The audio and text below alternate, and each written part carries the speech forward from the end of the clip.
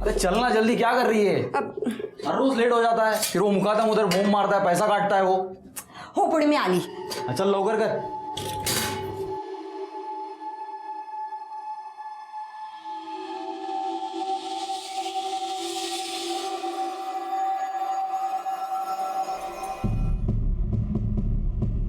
अरे माझ्या सोनला, आई बाबा के जाने के बाद घर का ध्यान रखेगा ना? हाँ। अच्छा एक काम कर, ये ले कुल्फी खा लेना। हाँ चल, मैं आती है शाम का।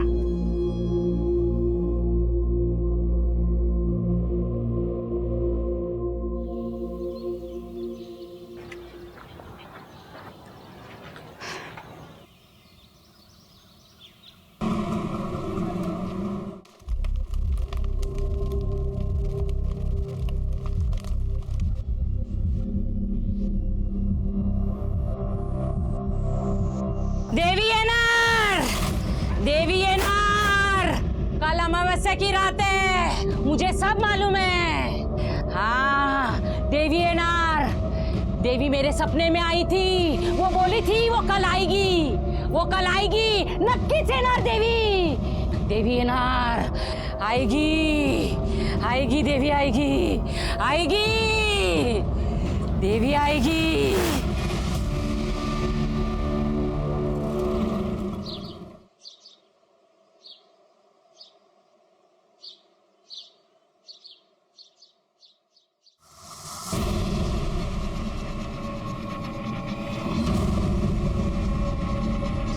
अवधू, ये देख क्या है, देख तो जरा।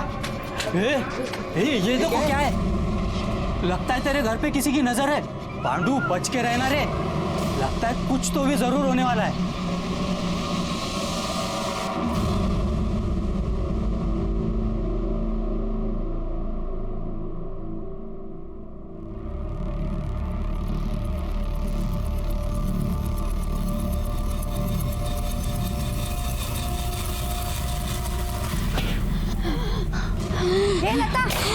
लता, क्या झालं? क्या हुआ?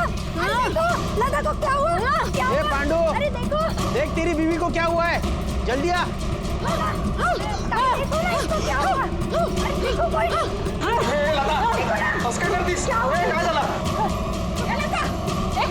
क्या हुआ? काय झालं तुला? इसे देवी आई है। हाँ देवी आई है, सबके पैर पड़ो इसका, पैर पड़ो। देवी आई है। हाँ देवी आई, मैंने बोला था ना देवी आई है। अरे लता, साहब मैं क्या करूँ अभी? मैं कहाँ लेके जाऊँ इसको? कैसे ठीक होगी? अरे रोना धोना बंद कर, डॉक्टर के पास लेके जाओ उसको।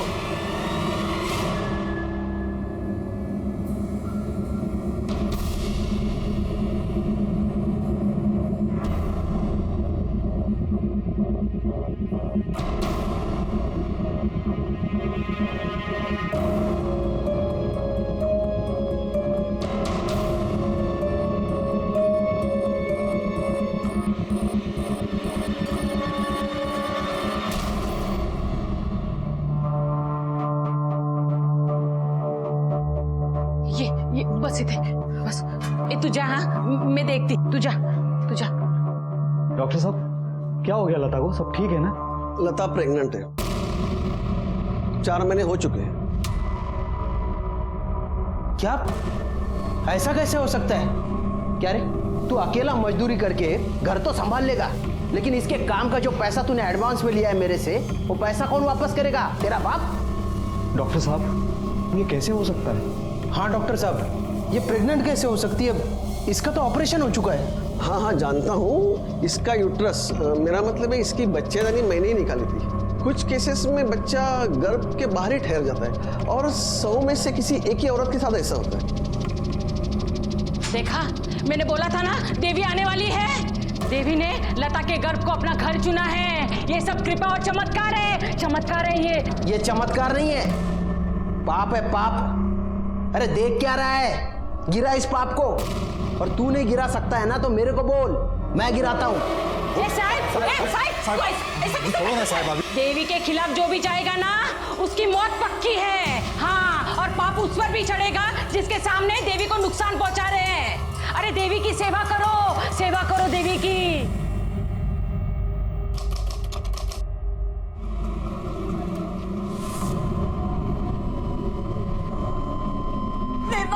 अरे क्या हुआ? देखो ना डॉक्टर साहब, दर्द चलो गई। नर्स, इन्हें जल्दी से ऑपरेशन थिएटर लेके जाओ।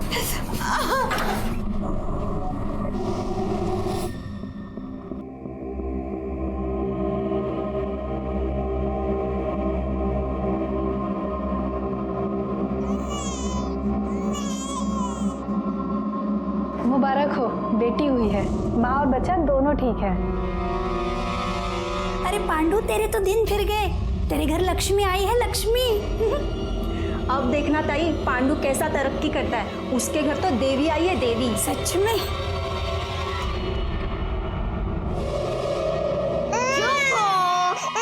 ये ले, दूध पी ले।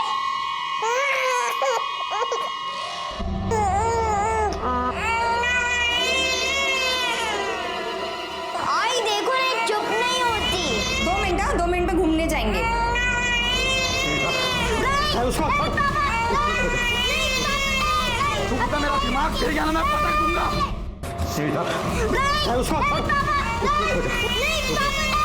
चुपता मेरा दिमाग फिर गया ना, मैं पटक दूंगा। क्या कर रहे? हाँ, क्या कर रहे? दे पागल हो गया क्या? हाँ, मैं पागल हो गया हूँ क्योंकि मेरे को मालूम है ये मेरी बेटी नहीं है। तू सच सच बता मेरे को, तू किधर मुंह मारी थी और ये किसकी बेटी है? तू मेरा मरा था तो तेरी बेटी होगी ना। कहीं जाती तुझे छोड़ के मैं? बच्चे के सामने पता नहीं क्या उल्टा सीधा बोले जा रहे हैं। तू शेंडी किसी और को लगा। मेरी बेटी है, देख शक्ल देख उसकी। कोई बोलेगा मेरी बेटी है? किसका पाप है ये? क्यों तमाशा कर रहे हैं सबके सामने? अपनी बेटी को कोई पाप बोलता है, अपमान करता है लक्ष्मी का। रोक, किधर जा रही है? मेरे को आज सब बराबर करने का है। क्या बराबर करना है तुझे? चुप करके यहाँ बैठ। मैं मंदिर जा रही हूँ उसकी नजर उतरवाने। रुक, तेरे को जिधर जाना है उधर जा, लेकिन इसको कचरा कुंडी में डाल के आने का। इसको अगर साथ में लेके आ गई ना तेरे को इसको दोनों को मार डालूंगा। चल बैठ चुपचाप यहाँ। हाँ, मैं बैठ रहा हूँ। उसको वापस लाना नहीं, समझी?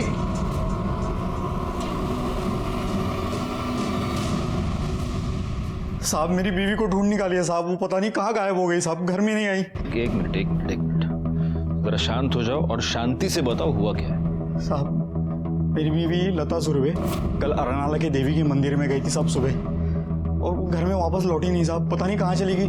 तो मंदिर के आसपास जहाँ ढूंढना था सब जगह ढूंढा साहब, लेकिन नहीं मिली।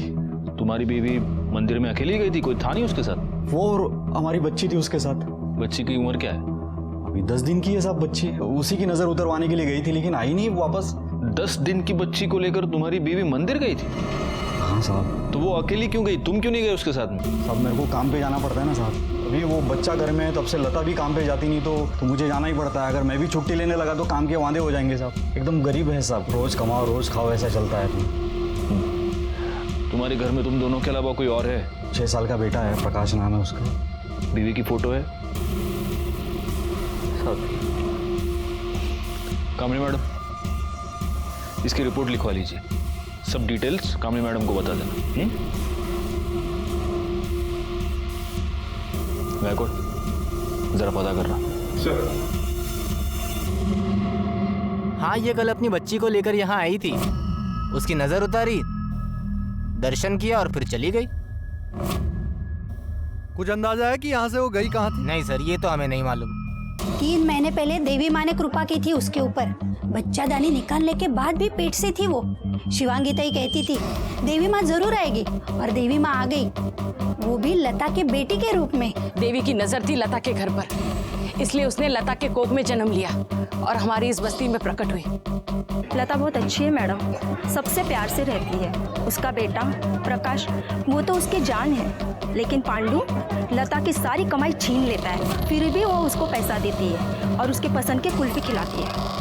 सारे पैसे तू ले लेता था, फिर वो प्रकाश को कुल्फी के पैसे कहाँ से देती थी? पता नहीं साहब, लेकिन मैं तो कभी प्रकाश को पैसा दिया नहीं। सब बस्ती में एक बड़ा मेडिकल रैकेट चल रहा है, जिसमें बस्ती की ऑलमोस्ट सारी औरतों ने अपना यूट्रस निकलवा दिया। ताकि मजदूरी करते समय प्रेगनेंसी या पीरियड के वजह से छुट्टी लेनी ना पड़े। और सर इतना ही नहीं, इनके दिमाग में एक बात बिठा दी गई है कि मंथली पीरियड यानी भयानक बीमारी है जो ऑपरेशन से ही ठीक हो सकती है। बीमारी तो है ही मैडम, और अगर इस बीमारी की वजह से कोई औरत काम पे नहीं आती है ना, तो कदम साहब उसके आदमी का भी पैसा काट लेते हैं। वैसे कदम साहब भी मदद करते हैं इस बीमारी के इलाज के लिए, और ऑपरेशन के लिए पैसा भी देते हैं, और हमारे रोज की मजदूरी से थोड़ा थोड़ा पैसा काट लेते हैं। यही प्रॉब्लम है, इन लोगों के पास एजुकेशन नहीं है, इसलिए जो चाहे जिस तरह से चाहे उन्हें बेवकूफ बनाता है, और ये लोग इतनी आसानी से इन्हें बेवकूफ बनाते हैं कि हम उन्हें कुछ नहीं कर पाएंगे। एनीवे, गायकवाड़, लता के बारे में कुछ पता चला? जी सर, लता के बारे में एक इंटरेस्टिंग बात ये पता चली है कि उसका यूटेरस निकालने के बाद भी वो प्रेग्नेंट हो गई, और गाँव वालों का मानना है कि उस पर देवी माँ की कृपा हुई। What rubbish Gaikwad. हाँ सर, ऐसा भी हो सकता है क्योंकि उनके ऊपर देवी माँ का आशीर्वाद है। करड़े, ये तुम कह रहे हो? पुलिस वाले हो ना तुम? ऐसे अंधविश्वासों पर विश्वास रखते हो तुम? पुढच्या वेळेला असं काही बोललत ना तो तुमको ही मिर्ची खिलाऊंगा मैं अभी। Sorry sir. गायकवाड़, ये विश्वास अंधविश्वास सब छोड़ो। अगर लता का यूट्रस निकाला गया था और उसके बावजूद वो प्रेग्नेंट थी, इसका मतलब कुछ है जो हमसे छुपाया जा रहा है।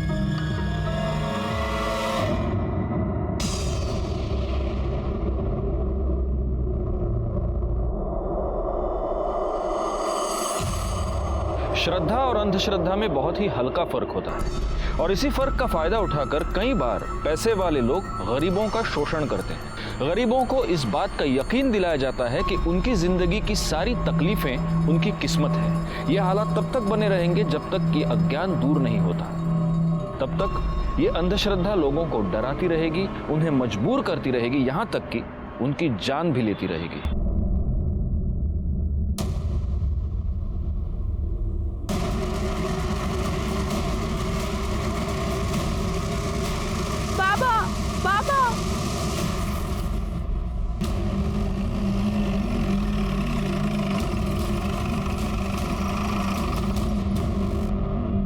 हटाओ इनको। पीछे हो जाओ। सर ये तो गड़े हो, फोटो दिखाना। सर, लता सुरवे। लेकिन इसके साथ तो इसकी बच्ची भी थी। करड़े, ढूंढो जरा आसपास। सर, सर गले पे निशान है। सर गले के निशान से तो ये क्लियर है कि गला घोट के मारा गया। इसकी हालत देखकर लग रहा है कि इसका मर्डर कल ही हुआ है। करड़े, पूरा एरिया चेक किया सर, बच्ची कहीं नहीं मिली।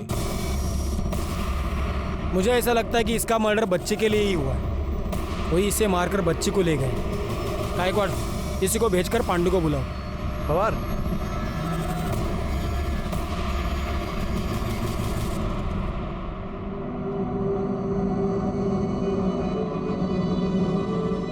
लता, लता, अरे हम गरीबों ने किसी का क्या बिगाड़ा था? गायकवाड़, बॉडी को पोस्टमार्टम के लिए भेज दो। सर, हर रोज सुबह 6 बजे घर काम के लिए जाती थी साहब। वापस कितने बजे आती थी? 7, सवा 7 तक। किसके पास काम करती थी? मालूम नहीं साहब। तेरी बीवी किसके यहाँ काम करती थी तेरे को मालूम नहीं? नहीं, सच में नहीं साहब। पता नहीं है, झूठ बोल रहा है हमसे। मैं झूठ क्यों बोलूंगा साहब? क्योंकि हो सकता है तूने ही तेरी बीवी का मर्डर किया हो। चल बोल, बच्ची कहाँ है बोल। साहब, मैंने ऐसा कुछ नहीं किया साहब। मैं लता से बहुत प्यार करता था, उसको बहुत चाहता था। मैं उसको क्यों मारूंगा साहब? चल ठीक है, मान ली तेरी बात, जा। अरे आता जा ना, का ठेवू बसून तुला। पर सुन, शहर छोड़ के मत जाना, नहीं तो पकड़ के लाऊंगा वापस। ठीक। चल निक। गायकवाड़, अगर ये सच कह रहा है तो इसकी बीवी सुबह 1 घंटा किसी के पास काम करती थी। अब कैसे पता करेगी किसके यहाँ काम करती थी? सर एक आइडिया, मैं घर फोन करके ट्राई करता हूँ, शायद आइडिया कम कर जाए। घर? हाँ सर, ट्राई करता हूँ। हेलो। अरे मैं घर जल्दी नहीं आ रहा, तुम सामान की लिस्ट क्या दे रही हो? तुम रुको 1 मिनट, कुछ पूछना था तुमसे। अब हमारे घर में जो मेड आती है वो अपने घर काम के लिए कितना वक्त लेती है? मतलब झाड़ू पोछा बर्तन वगैरह। अरे सवाल का जवाब दो तुम। अरे तुम पुलिस वाले की बीवी हो तो क्या सवाल पे सवाल करोगी? हाँ हाँ तुम, हाँ हाँ ठीक है। अरे यार तुम सामान की लिस्ट बाद में देना, मैं करता हूँ बाद में। सर, घर काम के लिए तकरीबन 40 से 50 मिनट लगते हैं। लता सुबह 6 बजे जाती थी और करीब 7:15 को वापस आती थी, मतलब सवा घंटा। अगर 20 मिनट उसे आने जाने में लगते हैं, मतलब वन वे 10 मिनट लगते हैं। मतलब जहाँ कहीं भी वो काम करती थी उसके घर से 10 मिनट के रेडियस में होने चाहिए। वाह गायकवाड़, बीवी की डांट खाकर तुमने थ्योरी बड़ी अच्छी बनाई। चलो आप एक काम करो, लता की फोटो लो और जिस बस्ती में वो रहती थी उसके आसपास पूछताछ करो कि वो किसके पास काम करती थी। एक और बात, डॉक्टर प्रधान से भी पूछताछ करो। अगर उसने बाकी की औरतों का यूट्रस निकाला तो फिर उसने लता का यूट्रस क्यों नहीं निकाला? जी हाँ, मैंने लता का यूट्रस नहीं निकाला था। क्यों? क्योंकि वो नहीं चाहती थी कि उसका यूट्रस निकाला जाए। बाकी सब खुद आई थी मेरे पास यूट्रस निकलवाने। उन सब की एनओसी मेरे रिकॉर्ड में है, आप चाहे तो चेक कर सकते हैं। फिर आप ये ऐसे कैसे कह सकते कि मैंने उन्हें कुछ फोर्स किया है या तो कुछ इलीगल किया है? इलीगल नहीं, लेकिन आपने गलत किया है और ये आप भी जानते हैं। कदम इन औरतों को बेवकूफ़ बनाकर उनके यूट्रस निकलवाता था और आपको 20,000 रुपये मिलते थे पर यूट्रस। ये डॉक्टर प्रधान, जब लता की बारी आई तब आपने उसका यूट्रस क्यों नहीं निकाला? क्योंकि मुझे यूट्रस नहीं निकालने के लिए 40,000 मिले थे। 20,000 कदम ने दिए थे यूट्रस निकालने के लिए और नहीं निकालने के लिए 20,000 लता ने दिए थे। लता ने मुझसे रिक्वेस्ट की थी कि मैं सबको झूठ बोल दूं कि मैंने उसका यूट्रस निकाल दिया है। फिर जब वो प्रेग्नेंट हुई तो उसने मुझसे हेल्प मांगी क्योंकि वो बच्चा रखना चाहती थी। तो मैंने सबको बोल दिया कि बाबा एक आध रेयर केस में ऐसा हो जाता है कि यूट्रस के बिना भी बच्चा हो सकता है। उसको तो मैंने मदद ही की साहब। इस डॉक्टर प्रधान की दरियादिली की दो वजहें हो सकती है। या तो ये सचमुच लता की मदद करना चाहता था या फिर ये जो कह रहा है कि उसको कदम और लता दोनों से पैसे मिले थे। अब सवाल ये है कि लता के पास इसको देने के लिए इतने पैसे आए कहाँ से? एक गरीब मजदूर औरत को इतने पैसे देगा वो? शायद वो जिसे उसके यूट्रस की ज़रूरत हो। एक सेकेंड, आपका मतलब है सरोगेट मदर? एग्जैक्टली। पांडु के मुताबिक लता सिर्फ 2 जगहों पर काम करती थी, उस कंस्ट्रक्शन साइट पर और किसी के यहाँ घर काम करती थी। तो हो सकता है कि ये पैसे जिसने भी दिए हो वो इन्हीं 2 जगहों में से किसी एक पर दिए हो। अब हमें पता ये करना होगा कि वो किसके यहाँ घर काम करती थी।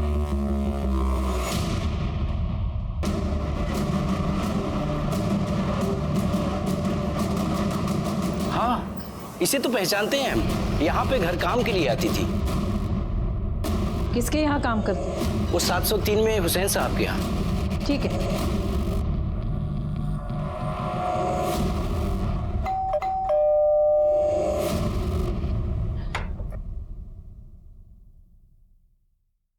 जी कहिए। ये आपके यहाँ काम करती थी? हाँ, लेकिन काफ़ी दिनों से काम पर नहीं आ रही। और अब आएगी भी नहीं। क्यों? ये मर चुकी है। मेरी बीवी का 10 साल पहले इंतकाल हो चुका है। मेरा बेटा रहमान भी 5 साल पहले एक्सीडेंट में गुजर गया। अब इस घर में हम सिर्फ 3 ही लोग रहते हैं, मैं, मेरी बहू अस्मा और पोती नाज़नीन। तो आप तीनों के अलावा फैमिली में और कोई नहीं है? एक बेटी है बेनज़ीर, वो वापी में अपने शौहर तबरेज़ और 2 बच्चों के साथ रहती है। ठीक। मतलब हमारी सरोगसी वाली थियरी गलत निकली, क्योंकि सज्जाद हुसैन की फैमिली में किसी को सरोगसी की जरूरत है ही नहीं। ये भी तो हो सकता है कि फैमिली के अलावा कोई और हो जिसे सरोगसी की जरूरत हो। होने को तो बहुत लोग हो सकते हैं, पर सवाल ये है कि ये जो भी जरूरतमंद है वो लता को मिला कब और कैसे?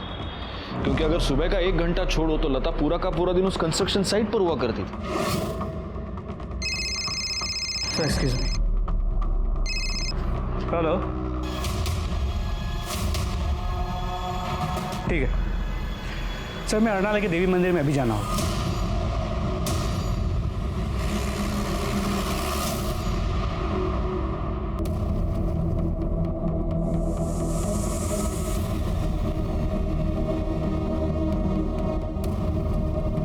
सर लाश काफ़ी छोटे बच्चे की है तो बुरी तरह डिकम्पोज हो चुकी है। आइडेंटिफाई कर पाना बहुत मुश्किल है और बॉडी पे से इन नज़र वाली चूड़ी के अलावा और कुछ नहीं मिला है जिससे आइडेंटिफाई करने में मदद हो। लेकिन प्रॉब्लम यह है कि ये बहुत ही ज़्यादा कॉमन है। बैकवर्ड मेरा अंदाजा है कि ये लता के बच्ची की ही बॉडी है। एक काम करो, पांडु को बुलाओ और उससे पहचान करवाओ। बॉडी को पोस्टमार्टम के लिए भेज दो। सर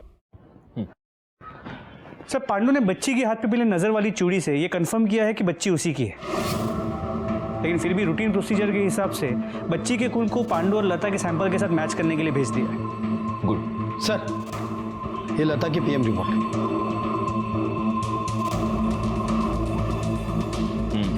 गायकवाड़, जैसा कि हमें शक था लता की मौत गला दबाने की वजह से हुई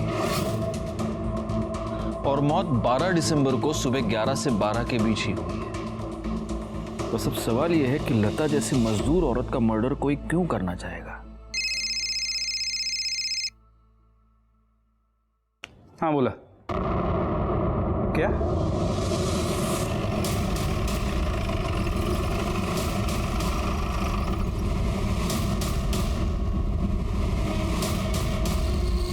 तो बटिए पीछे।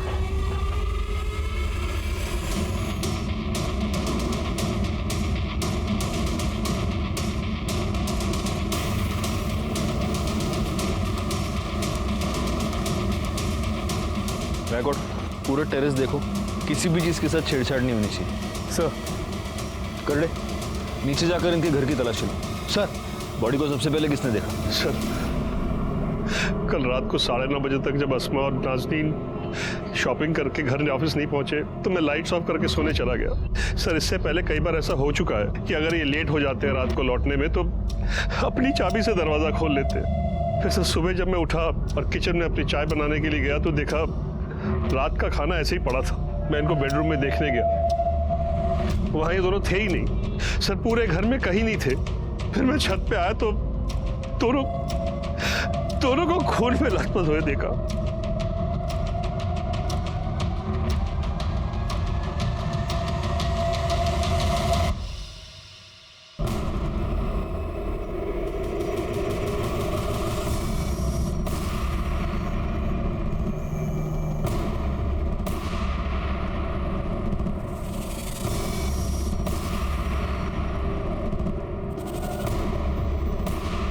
बॉडीज को पोस्टमार्टम के लिए भेज दो। सर, मैंने इनका पूरा घर चेक किया पर मर्डर पेपर नहीं मिला।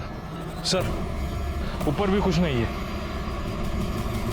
अगर इस बिल्डिंग में सीसीटीवी कैमरा होता तो हमें ये पता चल पाता कि अस्मा एग्जैक्टली कितने बजे घर आई थी और उसके पीछे लेट नाइट कोई और आया था क्या। मुझे ऐसा लगता है कि ये दोनों केसेस आपस में कनेक्टेड है। लता सुरवे के मर्डर के बारे में अस्मा को कुछ पता होगा और इसीलिए अस्मा का मर्डर हुआ है। और हो सकता है कि उसकी बेटी ने उसकी माँ का मर्डर होते हुए देख लिया, इसलिए फिर बेटी को भी किसी ने मार दी। एक काम करो गायकवाड़, अस्मा का बैकग्राउंड चेक करो और उसके कॉल डिटेल्स निकालो, शायद उससे कुछ क्लू मिल जाए। हो सर, लेकिन सर मुझे सज्जाद की कहानी थोड़ी अटपटी लगी। इन दोनों को इतनी बेरहमी से मारा गया और उसने रात को किसी की चीख पुकार तक नहीं सुनी। बिल्डिंग के वॉचमैन से पूछताछ करो, शायद उसने कुछ देखा हो सर।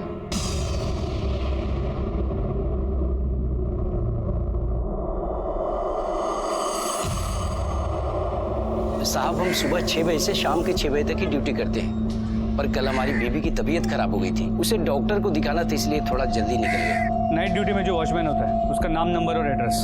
1 मिनट साहब, ये लीजिए सर। वाह, लिखून गया। ये सज्जाद हुसैन और उसकी फैमिली, इनके बारे में कुछ बता सकते हो? अब क्या बताएं साहब, बहुत ही लिच्चर लोग हैं।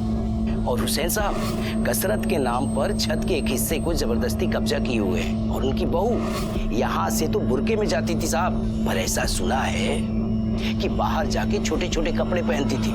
वो किसी ब्यूटी पार्लर में काम करती है साहब, जहाँ पे मर्द और औरत सब आते हैं। पार्लर का नाम क्या है? आप बता सकते हैं हुसैन फैमिली के यहाँ कौन कौन आता जाता है? ज़्यादा तो किसी को आते जाते नहीं देखा, पर हाँ रिश्तेदार ही आते जाते थे और उनकी बेटी और दामाद अक्सर आया जाया करते थे। मैडम जी, बेनज़ीर को आते जाते ना भी देखो ना तो भी पता चल ही जाता है। जब वो आती है ना तो उसके घर में झगड़ा जरूर होता है और इतनी जोर जोर से चिल्लाती है ना कि पूरी बिल्डिंग में उसकी आवाज़ गूंजती है। कल नाइट ड्यूटी पे तुम ही थे ना? ये हुसैन के घर किसी को आते जाते हुए देखा था?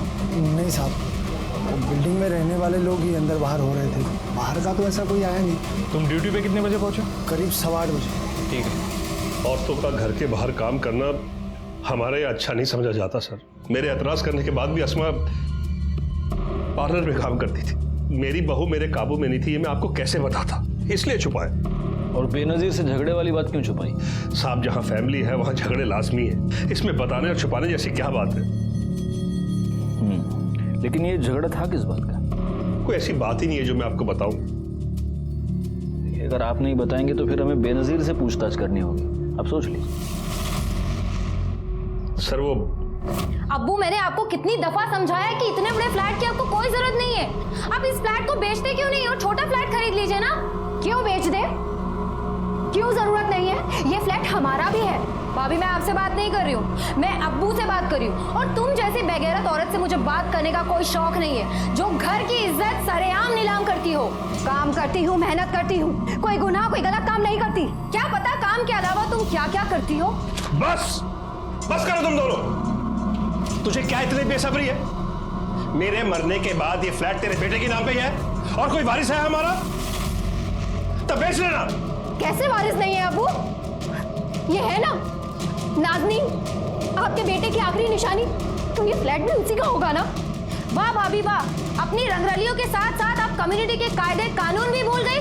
आपको पता नहीं कि जायदाद लड़कों के नाम होती है, लड़कियों के नहीं। अपने पास रखो अपने कायदे कानून।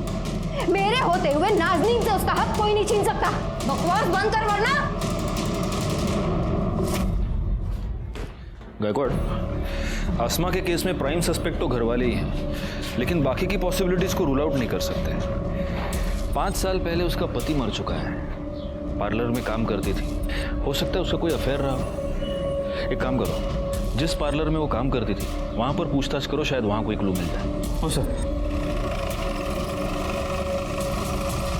आसमा के अफेयर के बारे में तो मालूम नहीं, लेकिन अपने काम में बहुत अच्छी थी, बहुत हार्ड वर्क। सर वो यहाँ काम करती है ना, उसने अपने घर पे नहीं बताया था, हमें भी उस दिन पता चला जब उसके फादर इन लॉ यहाँ आए और उन्हें तमाशा किया। बेलिहाज लड़की, खुदा का खौफ नहीं है तुझे? हाँ, जो ये नापाक हरकतें कर रही है तू, गैर मर्द को चूरी है, और ये छोटे छोटे कपड़े पहन के घूम रही है तू। ले पकड़। अभी क्या करें, प्लीज यहाँ से जाएं। अरे आसमा क्या हुआ, क्या चल रहा है ये चादर लपेट और अभी इसी वक्त मेरे साथ घर चल। मैं आपके साथ कहीं नहीं जाऊंगी अब्बू, क्योंकि मैं जानती हूँ मैं जो कर रही हूँ सही कर रही हूँ, और खुदा सिर्फ आपका नहीं, वो मेरी भी नीयत समझेगा। सर आप शोर मत बचाइए और चलिए यहाँ। नहीं चलेगी तू? प्लीज आप जाएं यहाँ से। आसमा तू ठीक नहीं कर रही। चलिए सर, इसकी तुझे कीमत चुकानी पड़ेगी। चलिए सर। तो इतना सब कुछ हो जाने के बाद भी तुमने उसे जॉब से नहीं निकाला? सर मैंने उसे जॉब से इसलिए नहीं निकाला क्योंकि उसे जॉब की बहुत जरूरत है, और जितनी उसे जॉब की जरूरत थी उतनी सैलून को भी उसकी जरूरत है। सर वो हमारे स्टाफ ऑफ, सारे क्लाइंट उसी को पसंद करते थे। हाँ मैं वहां गया था, और आप लोगों को इसलिए नहीं बताया क्योंकि मैं खुद अपनी इज्जत का जनाजा नहीं निकालना चाहता था। आपने उसे धमकी भी दी थी कि उसे कीमत चुकानी पड़ेगी। हाँ तो चुकाई ना उसने कीमत। ये जो कुछ भी हुआ अल्लाह की मर्जी थी साहब, उन्होंने उसको उसके किए की सजा दी। कहीं ऐसा तो नहीं कि अल्लाह की आड़ में तुम ही ने ये 2 मर्डर्स कर दिए? आप अभी जा सकते हैं जी। और अल्लाह से दुआ कीजिए कि आसमा का कातिल जल्द से जल्द पकड़ा जाए। जी। गायकवाड़, ये हमारा प्राइम सस्पेक्ट है, इसकी पूरी हिस्ट्री निकालो और प्लेन क्लोज में अपने 2 बंदे इसके घर के बाहर लगा दो, और हाँ उस बेनजीर को बुला पूछताछ के लिए। सर छोटी बच्ची की पीएम रिपोर्ट।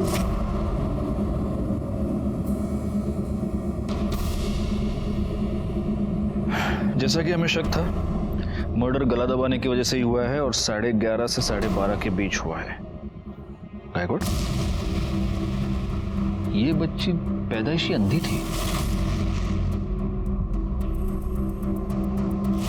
ब्लड रिपोर्ट के मुताबिक तो ये लता और पांडु की बच्ची थी ही नहीं। मतलब हमारे सरोगेट मदर वाली थियरी सही है? यस। अब अगर लता सरोगेट मदर थी तो इसका मतलब लता को इस सरोगेसी के पैसे मिले होंगे। ये पता करो कि उसका कोई बैंक अकाउंट है क्या, और अगर था तो उसमें कब और कहां से पैसा आया। आसपास के जितने भी IVF सेंटर्स हैं वहां पर पूछताछ करो, क्योंकि अगर उसने सरोगेसी करवाई है तो वो इनमें से किसी एक सेंटर पर जरूर गई होगी। जी सर। इस पूरी इंफॉर्मेशन के साथ हमें यह भी पता करना होगा कि ये लता आखिर औरत कैसी थी, और मैं जानता हूं इसकी सही जानकारी हमें कौन दे सकता है।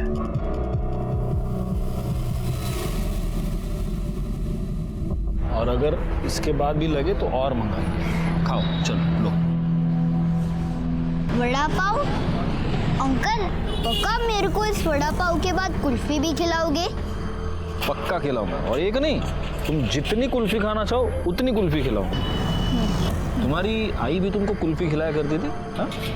हाँ, मेरी आई मुझे हर रोज पैसे देती थी कुल्फी खाने के लिए। वो कितनी अच्छी थी, लेकिन उसके बाद भी लोग उसे तंग करते थे। कौन कौन तंग करता था? शिवांगी ताई, मैंने उस दिन देखा था, मेरी आई उसके पैर पड़ रही थी,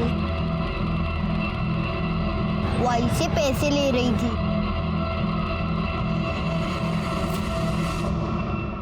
लता पेट से थी, वो ये बच्चा रखना चाहती थी। इस बच्चे के लिए उसे पैसे मिले थे, इसलिए देवी का नाटक किया हम लोगों ने। उसे डर था कि पांडु को उसके गर्भ का पता चलता तो वो बच्चे को और उसे दोनों को मार देता। अच्छा, अब बताओ और कौन कौन तंग करता था? उस दिन जब भी मेरी आई मेरी बहन को मंदिर लेके जा रही थी ना, उस दिन मेरे बाबा ने मेरी बहन का गला दबा दिया था। चुप होता, मेरा दिमाग फिर गया ना। और मेरे बाबा मेरी आई पर इतना गुस्सा थे कि उन्होंने उन्हें कहा, इसको कचरा कुंडी में डाल के आने का। इसको अगर साथ में लेके आ गई ना, तेरे को और इसको दोनों को मार डालूंगा।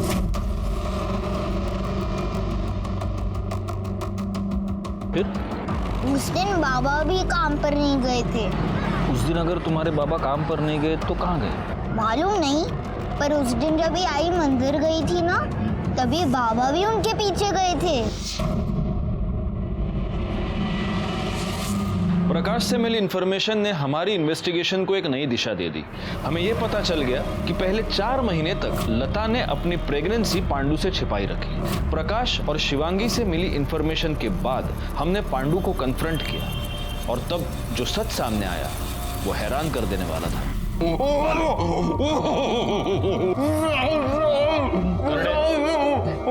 मर जाऊंगा साहब। तो हम क्या करें?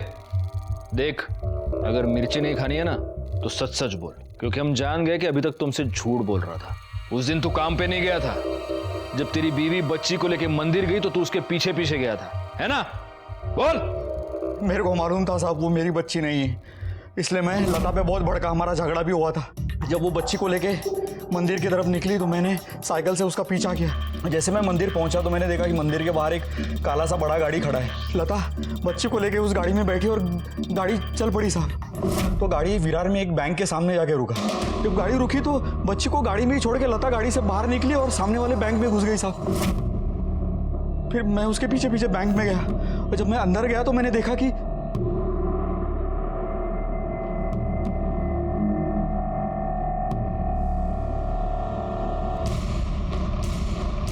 चल क्या रहा है तेरा ये? इतना पैसा लाएगी इधर से तू, और बाहर कौन है वो गाड़ी वाले लोग? और नको, मैं बताती तेरे को सब। देख, अब उस बच्ची की ना अपन को जरूरत नहीं है। अरे देख, उसके बदले में कितना पैसा लाई। मतलब तू पैसे के लिए बच्ची को बेच दिया तूने? लता मेरे को बोली कि तू अभी घर निकल जा, मैं शाम में आती हूँ और तेरे को सब बताती हूँ, इसलिए मैं भी घर निकल गया। गाड़ी में कौन था? गाड़ी में कौन था पता नहीं साहब, मैंने देखा ही नहीं। गाड़ी का नंबर याद नहीं साहब, मैंने देखा नहीं। बोल रहा है? हाँ? नहीं साहब, अगर आपको चाहिए तो मैं विरार वाला बैंक आपको दिखा सकता हूँ।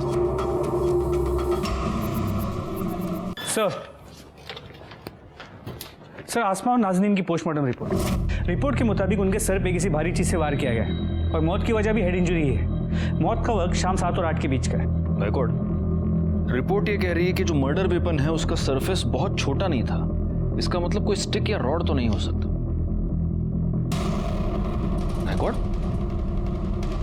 नाज़नीन के साथ मरने से पहले सेक्सुअल असॉल्ट किया गया है?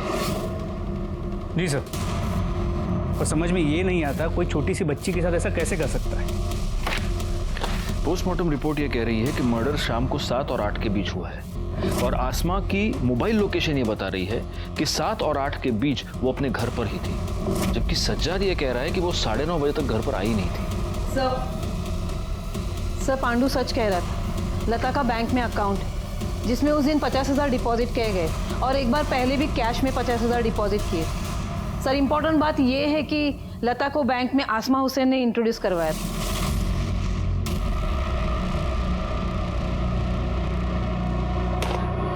इस इसका मतलब ये दोनों केसेस आपस में कनेक्टेड हो सकते हैं और लता की बैंक अकाउंट में ट्रांसफर किया गया ये पैसा उसकी सरोगेसी की फीस हो सकती है। एक काम करो, बैंक और मंदिर के आसपास जहां से हमें लता और उसकी बच्ची की डेड बॉडी मिली, वहां आसपास जितने भी कॉमन मोबाइल्स एक्टिव थे उन सबकी एक लिस्ट बनाओ और आसमा के कॉल रिकॉर्ड के साथ मैच करके देखो। हो सकता है इनमें कोई कॉमन नंबर निकले। ये हो सकता है कि आसमा उस सरोगेसी वाले कपल को जानती हो, या ये भी हो सकता है कि आसमा ने ही ये डील फिक्स करवाई हो। और आसमा के मर्डर के पीछे की वजह भी यही हो। सर, मैं सज्जाद हुसैन के घर पे बॉडी क्लेम पेपर पे साइन लेने गया था। डोरबेल बजाई और वेट कर रहा था, तभी मुझे शू रैक के पीछे एक लाइट ब्लिंक करती हुई दिखी।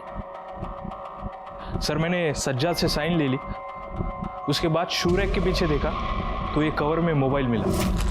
इस मोबाइल में सिम कार्ड नहीं है, लेकिन काफी कुछ चीजें देखिए सर।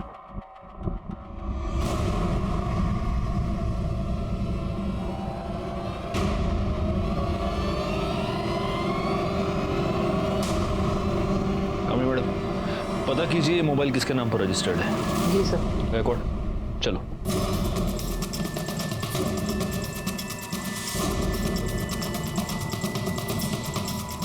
सर, आप ये बेवजह मुझे परेशान करने क्यों आ जाते हैं? सर, मुझे जो पता था मैंने आपको सब कुछ बता दिया। सच मेरा यकीन कीजिए आप। सर, आगे करो। बाथरूम से मिला है।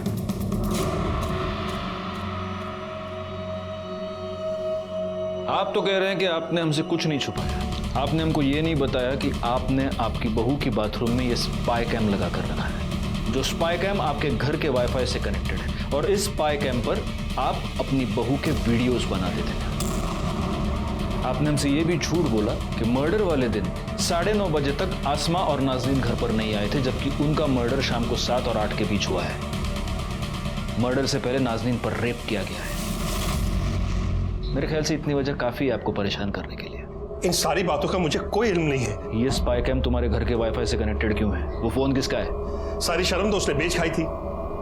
उसके किसी यार की हरकत होगी वो। तो आपको कुछ नहीं पता? मैंने आपको सब सच सच बता दिया है।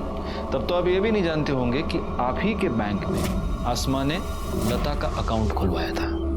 सर, यकीन कीजिए मुझे बिल्कुल नहीं पता इस बारे में। गायकवाड़, इसको उठाकर अंदर ले चलो और तब तक बिठा कर रखना जब तक इसको सब याद नहीं आ जाता। सर प्लीज सर, मेरी बात तो सुनिए सर। सर, पता चल गया है मोबाइल किसके नाम पे रजिस्टर है। किसके? सर, ये फ़ोन मेरा नहीं है। हाँ, मैं मानती हूँ कि मैंने अपने अब्बू को मजबूर किया था वो फ्लैट बेचने के लिए, और मैं आसमा से नफरत भी करती थी, मगर उसके लिए मैं इतनी गिरी हुई हरकत नहीं करूँगी सर। वापी के शॉपकीपर के रिकॉर्ड्स में ये फोन तुम्हारे नाम पर और तुम्हारे एड्रेस पर रजिस्टर्ड है। यही फोन बाथरूम के स्पाई कैम से कनेक्टेड था। इसका मतलब साफ है, तुम अपनी भाभी की अश्लील वीडियो बनाकर उसे ब्लैकमेल कर रही थी कि फ्लैट के ऊपर से अपना क्लेम वो छोड़ दे, वरना तुम ये वीडियोस वायरल कर दोगी। खुदा कसम सर, मैं सच बोल रही हूँ, ये फ़ोन मेरा नहीं है। तो फिर ये फोन तुम्हारे नाम पर रजिस्टर्ड क्यों है? पता नहीं सर, मुझे लगता है कि कोई मुझे फंसाना चाहता है। मेरे डॉक्यूमेंट चोरी करके उन्होंने फ़ोन खरीदा होगा। और आपके पास कोई सबूत है कि ये फ़ोन मैंने खुद जाके दुकान से खरीदा है? सर, जिस दिन लता और बच्ची का मर्डर हुआ था उस दिन ये 2 नंबर मर्डर स्पॉट और बैंक के बाहर एक्टिव थे। पता करो ये दोनों नंबर्स किसके हैं। Yes sir. और आसमा के कॉल डिटेल्स और मोबाइल लोकेशन के साथ मैच करके देखो। Yes sir. सज्जाद के टेरेस पर मिले सामान की जो लिस्ट है उसमें एक डंबल का जिक्र है। जी सर, मैंने देखा भी था। हाँ, लेकिन उसके घर में जो सामान मिला था उस लिस्ट में कहीं भी दूसरे डंबल का जिक्र नहीं है। एक ही डंबल था। कहीं ऐसा तो नहीं कि दूसरा डंबल ही मर्डर वेपन है और फिर उसको गायब कर दिया गया?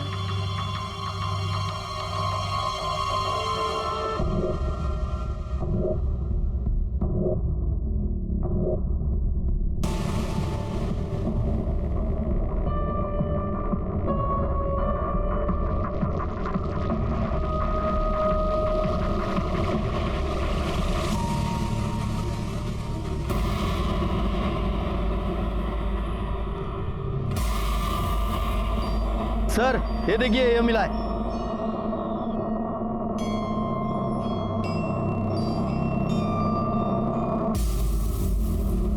इस डंबल को फॉरेंसिक के लिए भेज दो और उनसे जल्द से जल्द फिंगरप्रिंट रिपोर्ट मंगवाओ। सर।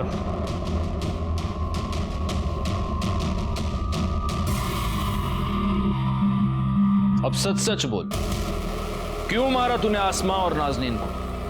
बोल, अब सच सच बोल, क्यों मारा तूने आसमा और नाजनीन को? वो दोनों बेनजीर की सगी भाभी और भांजी थी ना? बोल। सर मैंने आपको बताया मैं उनके घर नहीं गया था। देखिए तबरेज, अगर सिंगल पीस रहना चाहता है ना तो सच सच बोल, वरना इतना मारेंगे कि पांव पे खड़ा नहीं हो पाएगा।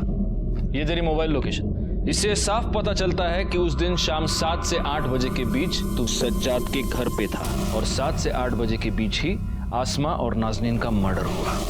सिर्फ इतना ही नहीं, नाजनीन के कपड़ों पर जो सीमेंट मिला वो तेरे सीमेंट से मैच होता है और जिस डंबल से तूने मर्डर किया उस डंबल पर तेरी उंगलियों के निशान भी है। और बाथरूम में स्पाई कैम भी तूने ही लगाया था ना?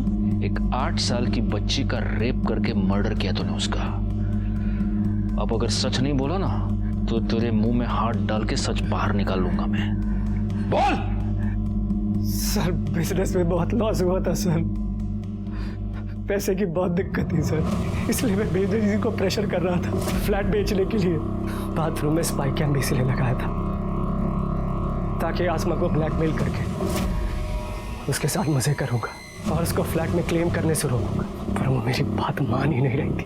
उस दिन भी उनके घर इसीलिए गया था, लेकिन जब उनके घर पहुंचा अम्मी को बुला। दादू घर पर नहीं है। तेरी अम्मी को तो पता है मजे मार रही होगी कहीं पे, पर ये बुड्ढा कहाँ चला गया? हमारी अम्मी और दादू के बारे में गाली मत दो। अरे वाह, बकरी तो बकरी, साथ में मेमना भी बोलने लगा। अभी उसी समय सज्जाद वहां पर आ गया।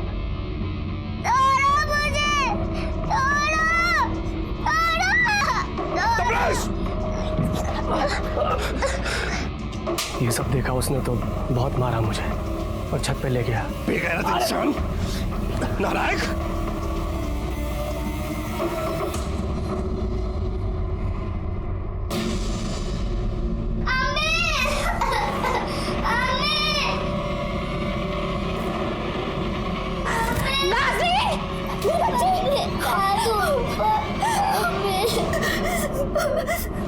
या अल्लाह, ये मुझसे क्या गुनाह हो गया? मुझे माफ कर दे, माफ कर दे मुझे। आप ऐसा कैसे कर सकते हैं? आपकी इंसानियत बिल्कुल खत्म हो गई जो आपने ये बच्ची। ये गंदी हरकत इस वैशी दरिंदे ने की है इसने। ए बुड्ढे, अगर किसी को बोला तेरी बेटी को तलाक दे दूंगा। फिर मैंने डंबल पानी की टंकी में फेंक दिया, मुझे लगा वहां से कौन ढूंढ पाएगा। आसमा का मर्डर और नाजनीन पर रेप और मर्डर करने के जो करता हूं। मुझे इसके भी कॉल डिटेल्स चाहिए आज के आज। सर लता और बच्चे के मर्डर के टाइम पे जो बैंक और क्राइम स्पॉट पे जो नंबर मिले थे उनकी डिटेल्स आ गई। और सर ये दोनों नंबर आसमा के कॉल रिकॉर्ड में भी मिले। आसमा मेरी खाला की बेटी थी। शादी से पहले आसमा हमारे साथ हमारे नवे मुंबई वाले फ्लैट में रहती थी। निखत और आसमा काफ़ी अच्छे दोस्त थे। शादी के 5 साल बाद भी हमारे यहाँ औलाद नहीं हुई, तब डॉक्टर ने हमें सरोगेट मदर के लिए सजेस्ट किया था। सर मैंने सरोगेट मदर वाली बात आसमा को बताई, तभी उसने मुझे लता के बारे में बताया। 12 दिसंबर को क्या हुआ था जब लता बच्ची को लेकर तुम दोनों के पास आई थी? बोल। निखत ने देखा कि बच्ची की आंखों में कुछ प्रॉब्लम है। हाँ अंधी है, डॉक्टर भी बोला कि अंधी है। तो तुमने हमें पहले क्यों नहीं बताया? धोखा दिया तुमने, हमें एक हेल्दी बच्चा चाहिए था ना कि ये। देखिए बात बच्चा पैदा करने की हुई थी सो मैं की। अब ये आपका बच्चा है, संभालिए इसे, रखिए इसे प्यार से। ये बच्चे मुझे नहीं चाहिए। पर जब आसमा को आपसे पता चला तो उसने हमसे पूछा, लेकिन हमने उसे कुछ नहीं बताया। फरहान और निखत को लता और बच्ची के मर्डर के लिए, तबरेज को आसमा और उसकी बेटी नाजनीन के मर्डर के जुर्म में उम्र कैद की सजा हुई और सज्जाद को जुर्म छुपाने के लिए सजा। जुर्म की दस्तक को हमेशा सुने, उसे समझने की कोशिश करें। इसी के साथ मैं सीनियर इंस्पेक्टर राजेश यादव आपसे विदा लेता हूं। दोबारा मिलूंगा, तब तक सतर्क रहिए और देखते रहिए क्राइम पेट्रोल दस्तक, क्योंकि मकसद बताना नहीं बचाना है। जय हिंद।